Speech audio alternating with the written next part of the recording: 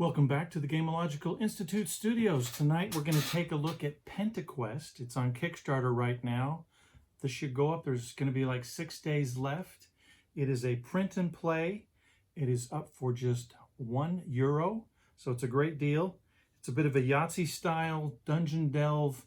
See if you can beat the monsters and the obstacles before you. Pentaquest is from Naduro Games and Lucio Gozzi. So it's a nice Kickstarter. It's very simple. It's presented right there, €1, and we're going to take a look at the play and how that goes. All right, let's play Pentaquest. So I've got all the cards here of the creatures we have to combat. We have the instruction cards. There's just 3, so we've got the solo play rules and multiplayer. You take the deck, you set up the first 5. And as we play the game, as long as we can beat 1 or more each turn, then we can continue on. If we ever are stuck and can't beat anybody, that's a loss when we're playing solo. So rounded up 5 dice, and I get 1 roll, and then I can make 1 second roll with as many dice as I want.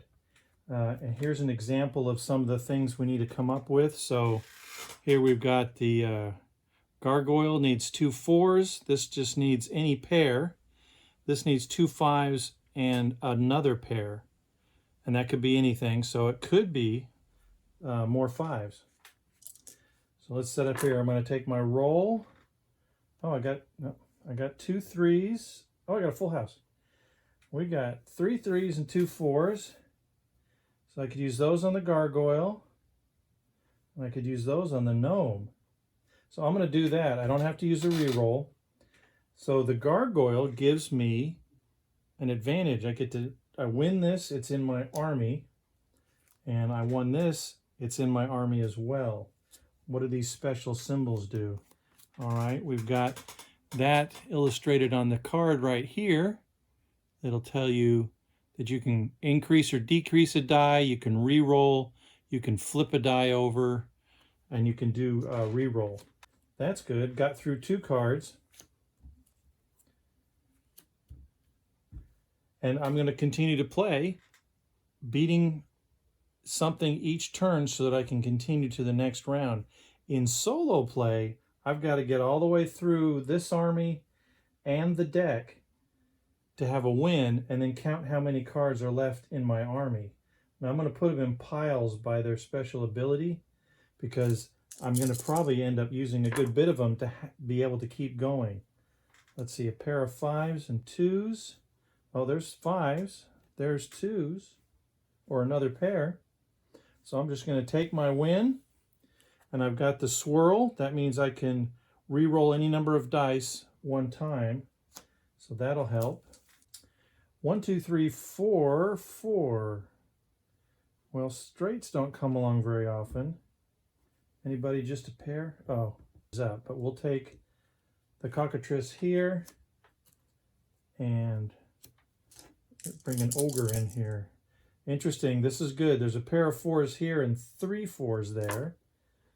So that could be good if I'm rolling for 4s. 2, 3, 4, 5. Well, got the 5s. So that'll work for Medusa on the ogre, or on the Nixie. So here's my 1 reroll.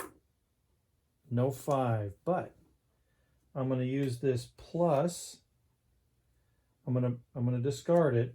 My army's down to 4, so I can change this to a 5. Take the Medusa. So that is the play as you go through here. I really like the art. It's mentioned on the Kickstarter page. The art was collected from the artist that has this open use license for these. All right, let's take a quick minute to consider the multiplayer or 2-player game. So it would be played just like the solo. There's going to be the quest zone where the 5 are set up. And then each player will take a turn. I'll do my turn. If I'm unable to beat somebody, I have to discard one of my army cards, which is reducing my ability to alter dice or make the adjustments I need to beat these foes. And then it turns to the other player's turn. They do the one roll, the one re-roll if needed, and use any of their army cards if they need to adjust the dice. And then they collect what they have won. So at the end of the game, you see who has the biggest army is the winner. So again, it's a straightforward game. You're rolling to see if you can beat something in the quest zone, and then you compare armies in the multiplayer game to see who won, or when you have made it all the way through everything in the solo without having to stop, then you compare the size of your army, so a best score situation. And again, you got these great black and white images, and to me that sounds like a great opportunity to get going with some art. Reminder once again, this is on Kickstarter. It's Pentaquest. It's only €1 for a print and play file, which is essentially done. So as this campaign ends in the next week, you'll be able to get your files pretty quick after this goes. So supports a nice independent game maker who's made several print and plays and is looking forward to continuing to grow. And I think for you print and play folks and the solo play and your inventiveness, I think there's a lot of opportunity here for augmenting the game, introducing some new cards that you might want to come up with, some new challenges with the dice rolling mechanics. So it's a great starting point and a fun game.